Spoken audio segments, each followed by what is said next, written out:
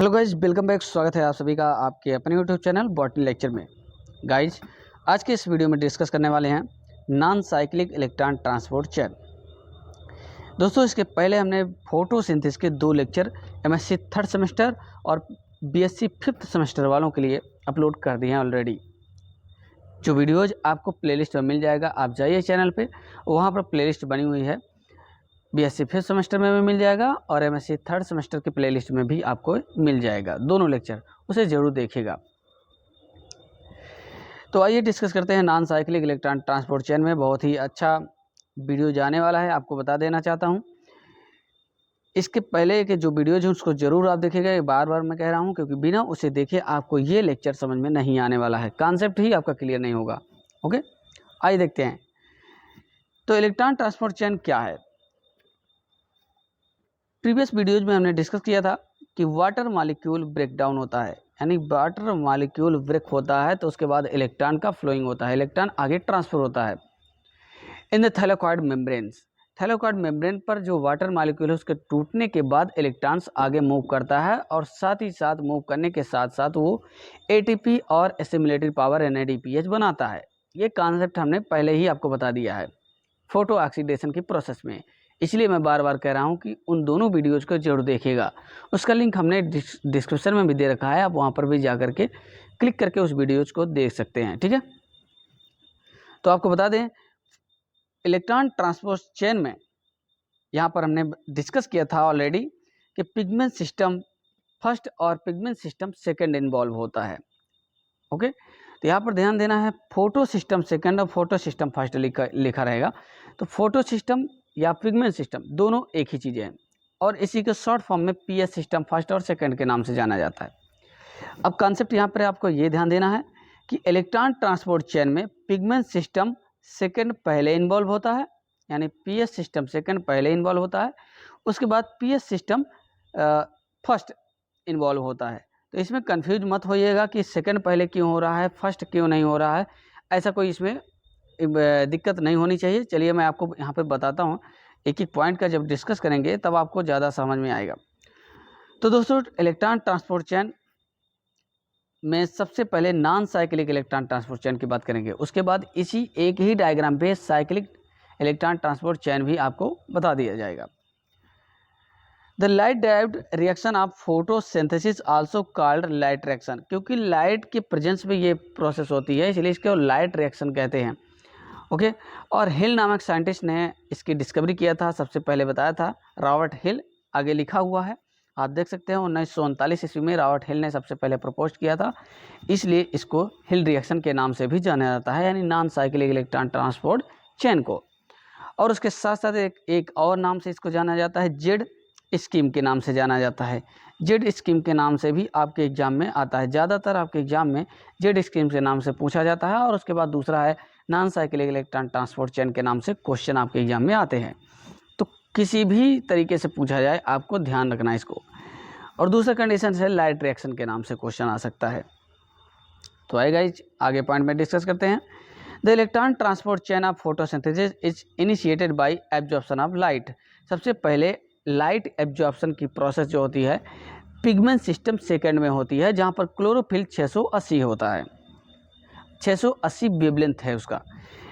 तो वहाँ पर सबसे पहले लाइट एब्जॉर्ब होती है, इसलिए पिगमेंट सिस्टम सेकेंड पहले इन्वॉल्व होता है, इलेक्ट्रॉन को फ्लो करने में हेल्प करता है। नेक्स्ट पॉइंट में देखिएगा, व्हेन P680 एब्जॉर्ब लाइट, जब पिगमेंट सिस्टम 680 लाइट को एब्जॉर्ब करता है, it is excited and its electron are transfer to an electron acceptor molecules. जब जैसे ही लाइट एब्जॉर्ब होती है पिगमेंट सिस्टम 680 पे, यानी पीएस सिस्टम सेकंड पर जैसे ही लाइट पड़ती है वैसे ही इलेक्ट्रॉन एक्साइटेड मोड में आ जाता है, उसके बाद आगे ट्रांसफ़र हो जाता है, जहाँ पर सबसे पहला इलेक्ट्रॉन एक्सेप्टर होगा फ्योफाइटिन, वो एक्सेप्ट करेगा।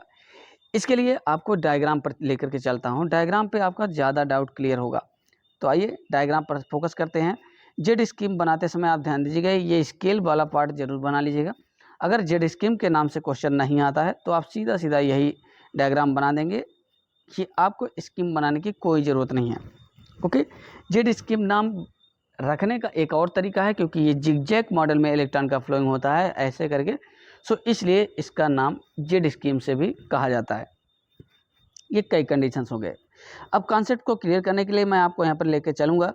सबसे पहले आपको फोटो ऑक्सीडेशन में हमने बताया था कि एक रिएक्शन में हमने 2H2O को ब्रेक करके बताया था, और उसके बाद दूसरे रिएक्शन में हमने 4H2O को पहले बताया गया था, फिर उसके बाद 2H2O का बताया गया था, 2H2O को बताया गया था। ओके, तो 2H2O गाइस जब ब्रेक होगा, यानी 2 वाटर मॉलिक्यूल ब्रेक होंगे, तो यहाँ से 4 फोटॉन्स निकलेंगे, ध्यान दीजिएगा, और 4 ही इलेक्ट्रॉन निकलेंगे, और उसके बाद एक ऑक्सीजन मॉलिक्यूल रिलीज होता है।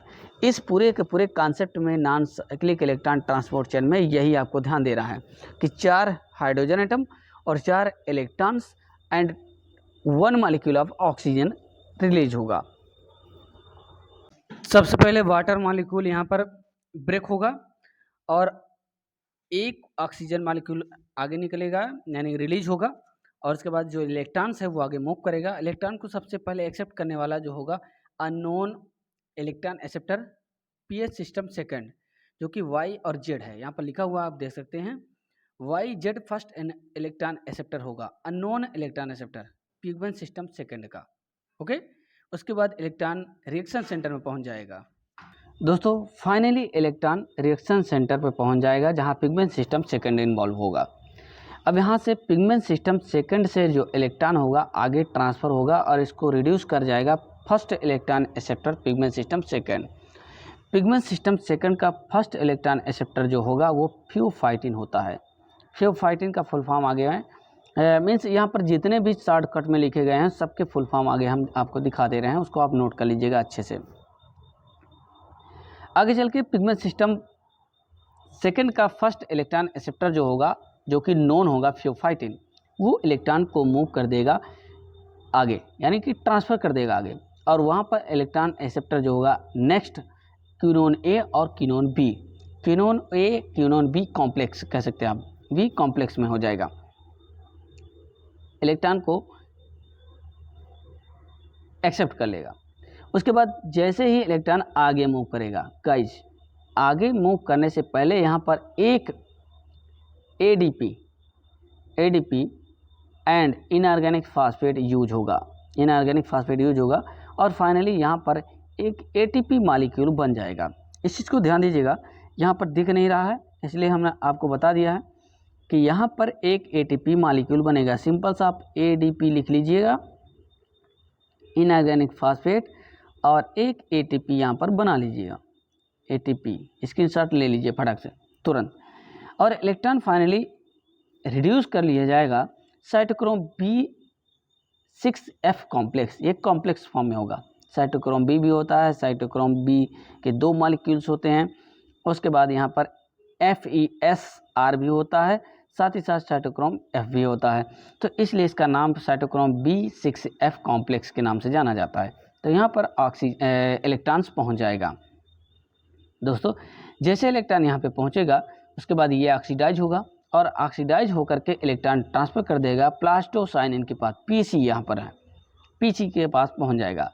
इलेक्ट्रॉन पीसी पे रिड्यूस कर लिया जाएगा, और फाइनली जब ये ऑक्सीडाइज होता है तो इसके ऑक्सीडाइज होते ही इलेक्ट्रॉन पहुँच जाएगा एंटीना में, जो कि पिगमेंट सिस्टम फर्स्ट के होंगे। तो दोस्तों पिगमेंट सिस्टम फर्स्ट के जो एंटीना होगा वहाँ पर इलेक्ट्रॉन पहुँच जाएगा, और उसके बाद इलेक्ट्रॉन मूव कर जाएगा रिएक्शन सेंटर पे। रिएक्शन सेंटर इसी तरीके से बने होते हैं। रिएक्शन सेंटर सबसे सेंट्रल रीजन में होगा, जहाँ पर क्लोरोफिल 700 वेवलेंथ का होगा या P700 लिखा होगा, वहाँ पर इलेक्ट्रॉन पहुँच जाएगा, ऑक्सीडाइज कर लिया जाएगा, अब रिड्यूस कर लिया जाएगा। अब दोस्तों जैसे पिगमेंट सिस्टम फर्स्ट ऑक्सीडाइज होगा, ऑक्सीडाइज होने के लिए उसको चाहिए लाइट चाहिए होगी, और जैसे सनलाइट पड़ेगी वैसे इलेक्ट्रॉन आगे एक्साइटेड होकर के मूव कर जाएगा। इलेक्ट्रॉन के आगे मूव करते ही इसको सबसे पहले इलेक्ट्रॉन को एक्सेप्ट करने वाला जो अननोन इलेक्ट्रॉन एक्सेप्टर होगा पिगमेंट सिस्टम फर्स्ट का, वो होगा A0 A1, और ये मॉलिक्यूल सब्सटेंस होंगे जो कि इलेक्ट्रॉन को एक्सेप्ट करेंगे। Okay, simple. और इलेक्ट्रॉन आगे ट्रांसफ़र होगा, जहाँ पर सबसे पहले इलेक्ट्रॉन को इसको एक्सेप्ट करने वाला होगा iron sulphur X, iron sulphur A और आयरन सल्फर B। ये कॉम्प्लेक्स फॉर्म में होंगे, एक के बाद एक इलेक्ट्रॉन को एक्सेप्ट करेंगे और ऑक्सीडाइज होंगे, रिड्यूस होते रहेंगे। रिड्यूस हो जाएगा इलेक्ट्रॉन आयरन सल्फर बी के पास और यहाँ से जैसे ही ये ऑक्सीडाइज होगा इलेक्ट्रॉन मूव कर जाएगा फ्रीडाक्शन के बाद। फ्रीडाक्शन एक प्रोटीन सब्सटेंस मॉलिक्यूल्स होता है जो कॉम्प्लेक्स फॉर्म में होता है और इलेक्ट्रॉन को एक्सेप्ट कर लेगा। सबसे लास्ट में इलेक्ट्रॉन को एक्सेप्ट करने वाला जो प्रोटीन सब्सटेंस मॉलिक्यूल होता है वो होता है फ्रीडाक्शन। अब दोस्तों जैसे फ्रीडाक्शन इलेक्ट्रॉन को एक्सेप्ट करेगा, यहाँ पर लगेगा enzyme ferredoxin NADP reductase. Ferredoxin NADP reductase enzyme के लगते ही यहाँ पर एक NADP प्लस लगेगा, एक NADP प्लस लगेगा। जैसे NADP प्लस लगेगा वैसे यहाँ पर एसिमिलेटरी पावर फाइनली बन जाएगी जो कि NADPH होगी। NADPH एसिमिलेटरी पावर बन जाएगी, जिसको बनाने के लिए इलेक्ट्रॉन इतना मूव किया है।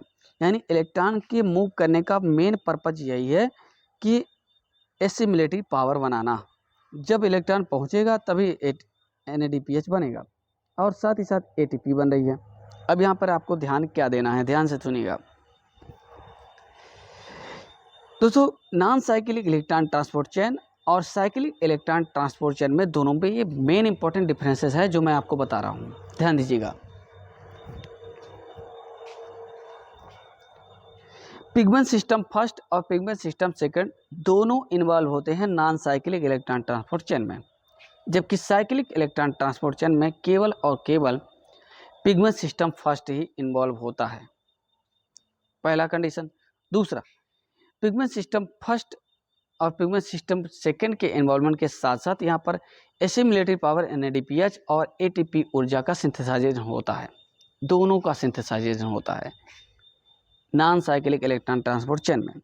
जबकि साइक्लिक इलेक्ट्रॉन ट्रांसपोर्ट चेन में सिर्फ और सिर्फ ATP का सिंथेसिस होता है, मोर देन ATP सिंथेसाइज होता है और NADPH का सिंथेसिस नहीं होता है साइक्लिक इलेक्ट्रॉन ट्रांसपोर्ट चेन में। अब साइक्लिक और नॉन साइक्लिक दोनों का फ़र्क क्या है, इसी डायग्राम से आप देख लीजिएगा। यहाँ से चलता है इलेक्ट्रॉन और मूव करता हुआ यहाँ से यहाँ पर आता है और NADPH बना देता है, ये हो जाएगा non cyclic electron transport chain. इसलिए नॉन साइक्लिक बोल रहे हैं क्योंकि इलेक्ट्रॉन रिटर्न नहीं आता है साइक्लिक फॉर्म में, इसलिए नॉन साइक्लिक टर्म यूज किया जा रहा है। सिंपल, साइक्लिक फॉर्म में होता क्या है, इलेक्ट्रॉन कभी कभी मोर देन ATP सिंथेसाइज करने के लिए फ्रीडाक्शन से अगेन ट्रांसफ़र हो जाता है साइटोक्रोम B6F कॉम्प्लेक्स के पास। यानी कि ATP मोर देन सिंथेसाइज करने के लिए फ्रीडाक्शन से इलेक्ट्रॉन मूव कर जाता है, रिटर्न आ जाता है साइटोक्रोम B6 के पास और NADPH इस कंडीशन में नहीं बनती है और बनता है केवल ATP, ज़्यादा से ज़्यादा ATP बनती है।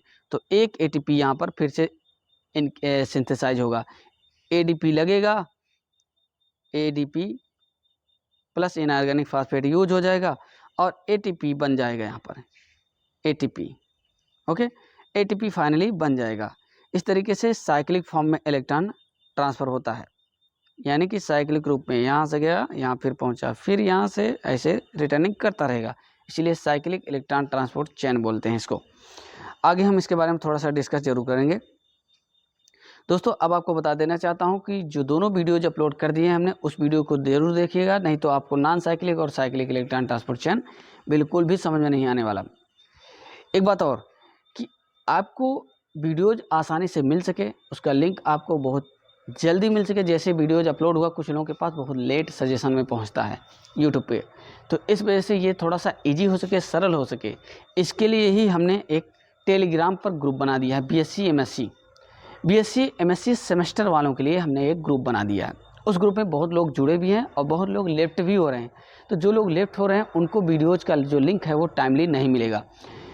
यहाँ पर MSc fifth semester, BSc fifth semester और MSc थर्ड सेमेस्टर वालों के लिए जो वीडियोज़ अपलोड होता है हर मंगलवार को शाम को 7 बजे, वो स्पेशली उस पर शेयर होगा। उसके साथ साथ जितने भी BSc MSc के वीडियोज़ हैं, ज़रूरी नहीं कि सिर्फ मंगलवार को ही अपलोड हो, उसके पहले भी तमाम first semester, second semester, third semester के जो वीडियोज़ हैं वो अपलोड होते रहते हैं, उसका भी लिंक वहाँ पर मिलेगा। तो जितने भी छात्र छात्राएँ इस वीडियो को देख रहे हैं उनसे रिक्वेस्ट है कि वो लोग उस ग्रुप को ज़रूर ज्वाइन करें। जितना जल्दी हो सके आप लोग उस ग्रुप को ज्वाइन कर लें। जो भी बॉटनी लेक्चर से रिलेटेड जो भी इन्फॉर्मेशन होगी उस सब के सब आपको वहीं पर मिलने वाला है, इसलिए ज्वाइन कर लीजिए। ठीक है। और उसके बाद जब आप उस पर ज्वाइन कर लेंगे तो उसका लिंक जैसे वीडियोज अपलोड होगा सबसे पहले उस पर मिलेगा, तो आपके लिए आसान हो जाएगा, आपको कहीं ढूंढना या सर्च नहीं करना पड़ेगा। इसके लिए आपको डिस्क्रिप्शन में जाइए, वहाँ पर हमने उस ग्रुप का लिंक हमने दे रखा है, उसको आप क्लिक कीजिए, डायरेक्ट आप ग्रुप में ज्वाइन हो जाएंगे। चलिए आगे बात करते हैं दोस्तों। The primary electron acceptor in plant is pheophytin. सबसे पहला इलेक्ट्रॉन एक्सेप्टर जो होगा फ्योफाइटिन होगा, हमने पहले ही आपको बता दिया उस डायग्राम में। तो सेम उसी पॉइंट को हमने यहाँ पर लिख भी दिया है, आपके लिए आसान कर दिया, बहुत आसान कर दिया हमने। यानी कि जो फर्स्ट इलेक्ट्रॉन एक्सेप्टर होगा वो फ्योफाइटिन होगा। Now electron transfer from pheophytin to the next electron acceptor quinone A and quinone B. अब जैसे हमने आपको समझाया सेम उसी तरीके से यहाँ पे पॉइंट में लिखा हुआ है, क्यूनोन ए और क्यूनोन बी के पास इलेक्ट्रॉन ट्रांसफर कर दिया जाएगा। उसके बाद in this way ATP energy release by ATP synthetase enzyme. ATP synthase enzyme जो होता है वो एटीपी का सिंथेसाइज का काम करता है, जो कि मीन्स मेम्ब्रेन पर होगा, ग्रेना के मेम्ब्रेन या थैलाकोइड मेम्ब्रेन पर होगा आउटर साइड पे। By using ADP molecules are called non cyclic electron phosphorylation. इस कंडीशन में जब फ्योफाइटिन से इलेक्ट्रॉन साइटोक्रोम B6 के पास आता है तो उस बीच में एटीपी का सिंथेसाइजेशन होता है, और इस प्रोसेस को क्योंकि नॉन साइक्लिक की प्रोसेस चल रही है इसलिए नॉन साइक्लिक इलेक्ट्रॉन फास्फोरिलेशन बोलेंगे इसको। उसके बाद नेक्स्ट हो जाएगा, अब यहाँ पर जो शॉर्टकट में यूज गए थे प्रोटीन सब्सटेंस मॉलिक्यूल, उन सबके फुल फॉर्म दिए गए हैं। फ्यो मीन्स हो जाएगा फ्योफाइटिन, क्यूनोन ए और बी हो जाएगा क्यूनोन कॉम्प्लेक्स में हो जाएगा, A0 A1 जो होगा वो फाइलोक्विनोन और मॉडिफाइड क्लोरोफिल, ये अननोन इलेक्ट्रॉन एक्सेप्टर हो जाएगा। PC जो होगा प्लास्टोसाइनिन हो जाएगा, और FD हो जाएगा फ्रिडाक्सिन। ये सब के फुल फॉर्म हो गए। अब पिगमेंट सिस्टम फर्स्ट में क्या होता है ये भी देख लीजिए, समझ लीजिए। Similar to photo system second, बिल्कुल फोटो सिस्टम सेकंड की तरह ही यहाँ पर भी प्रोसेस होती है। पिगमेंट सिस्टम फर्स्ट में P700 होता है, is excited on absorption of light. जैसे लाइट एब्जॉर्ब होगी ये एक्साइटेड हो जाएगा, एंड गेट्स ऑक्सीडाइज होगा, and transfer its electron. Oxidise होगा तो इलेक्ट्रॉन अपना आगे ट्रांसफर कर देगा to the primary electron acceptor pheophytin which is turn gets reduce.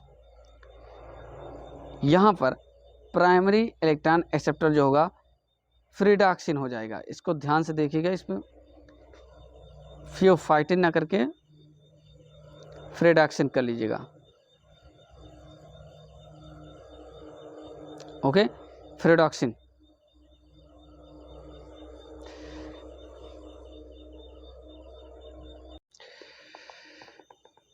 P700 drawn electron from the photo system second.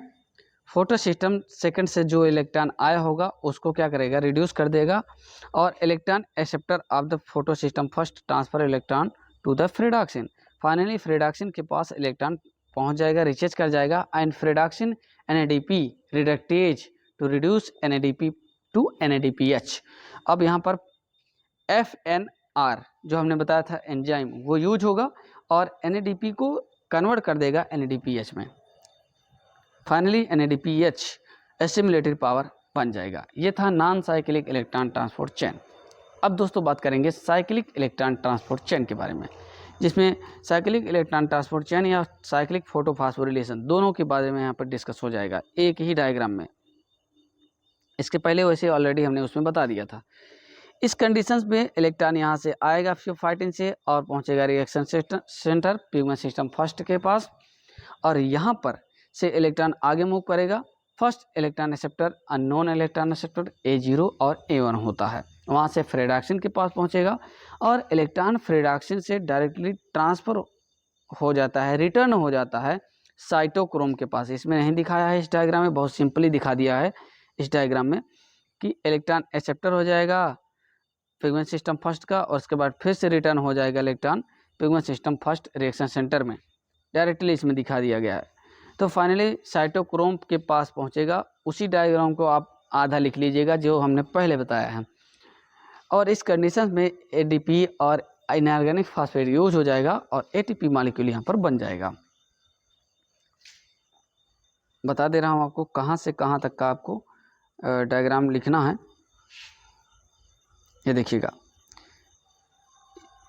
Cyclic electron flow में आपको जो डायग्राम है यहाँ से यूज करना है, यहाँ से, और केवल यही इस पॉइंट को आपको हटा देना है।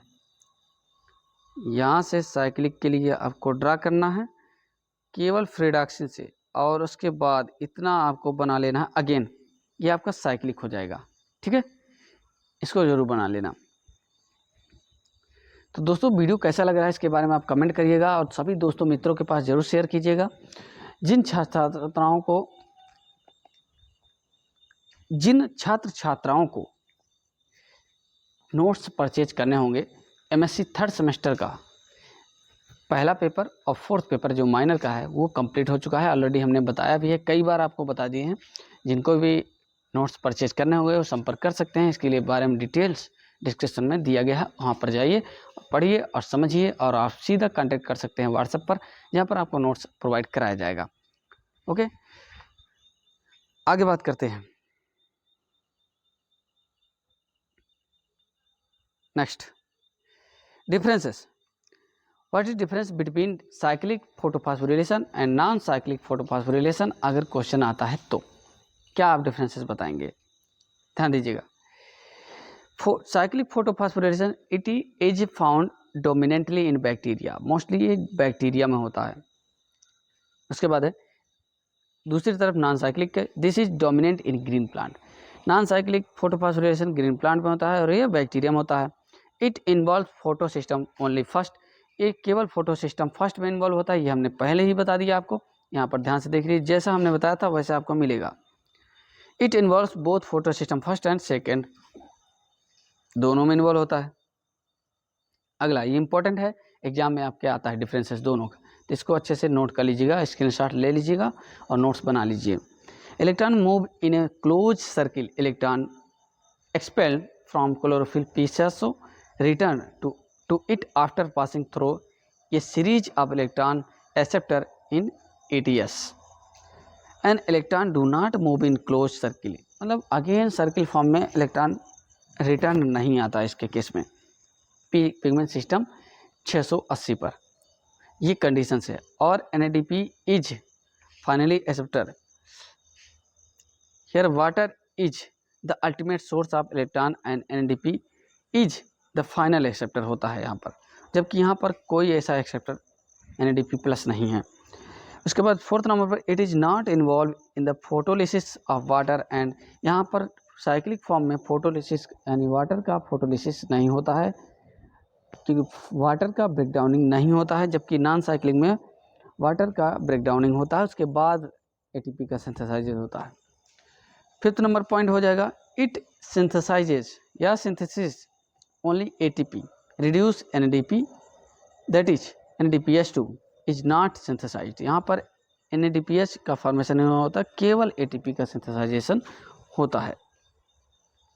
अगला हो जाएगा, it is involve in the synthesis of ATP and NADPH2, दोनों का फॉर्मेशन होता है। ये डिफरेंसेस हमने पहले ही आपको बता दिया। उसके बाद होता है, it operate under low light intensity anaerobic conditions and the poor availability of CO2। Next one, it take place under optimum light aerobic conditions and in the presence of sufficient CO2। तो दोस्तों finally cyclic और non cyclic electron transport chain and cyclic non cyclic photophosphorylation दोनों का differences, diagram, detail discussion, point wise हमने आपको complete करा दिया है। फाइनली अब दोस्तों यहीं से लाइट रिएक्शन की प्रोसेस कंप्लीट होती है। फोटोसिंथेसिस में 3 लेक्चर के बाद आपकी लाइट रिएक्शन की जो प्रोसेस है वो कंप्लीट हो जाती है। अब अगला जो होगा वीडियोज आगे पॉइंट में नेक्स्ट जो लेक्चर होगा वो डार्क रिएक्शन की चालू होगी। यानी कि अगर सही तरीके से देखा जाए तो फोटोसिंथेसिस की प्रोसेस अगर सही तरीके से पढ़ाया जाए, दिखाया जाए या समझाया जाए तो कम से कम 15 दिन चल सकता है, यानी कि लगभग 10 वीडियोज पढ़ेंगे तब जाके कंप्लीट होगा। लेकिन यहाँ के बहुत शॉर्टकट में मैं यहाँ आपको बता रहा हूँ, बहुत शॉर्टकट में आउटलाइन समझा रहा हूँ, आउटलाइन बता रहा हूँ। इस वजह से ये लगभग 3 या 4 लेक्चर और आपको हम देंगे, उसमें ये फोटोसिंथेसिस पूरा कवर हो जाएगा। तो दोस्तों देर किस बात की, वीडियो को तुरंत लाइक कर दीजिए, सबके पास शेयर कर दीजिएगा। और टेलीग्राम ग्रुप ज्वाइन करने के लिए नीचे डिस्क्रिप्शन में जाइए, वहाँ पर लिंक दिया गया है, फटाफट टेलीग्राम ग्रुप को ज्वाइन कर लीजिए, जिससे आपको वीडियोज़ आसानी से मिल सके। ये बार बार रिक्वेस्ट मैं कर रहा हूँ, क्योंकि बहुत कम लोग अभी मेंबर जुड़े हैं, अभी नया ही ग्रुप बना है।